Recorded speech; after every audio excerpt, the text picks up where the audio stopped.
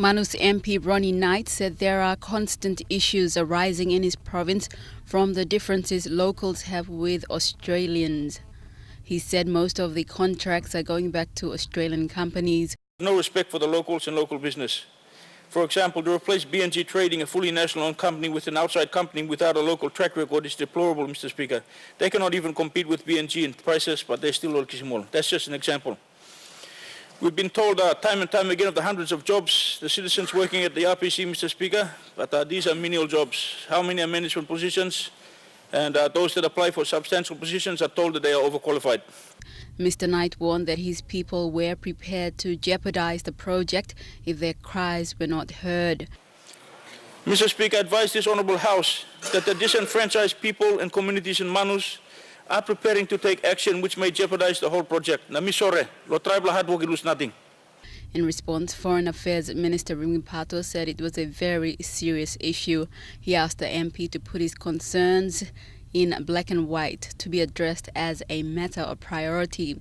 In a general response, Mr. Pato said it was important for local participation. These are very serious matters, and the issue of local participation, compliance with laws, Manus content, the rehabilitation of the road from Momote to Lorengau are matters that I have in the past raised.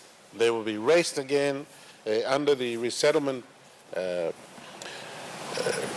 processing arrangements with Australia. There are monthly meetings with Northern Province Governor Gary Jufa brought up a supplementary on the abuse of PNG workers by foreigners. The entire country, we are continuing to see the abuse of Papua New Guineans by foreigners. Even to the point where they are attacking them. They are selling junk to our people. They are running businesses illegally and wide breach of visa provisions. Can the minister explain whether the immigration office has the capacity to investigate this type of allegations? And can the minister explain if the immigration department is actually functioning to cancel these people's visas and deport them? Because if you were in their country, I tell you what, you'll be living on the plane the next day. This was Mr. Pato's reply. Clearly, these are matters of concern.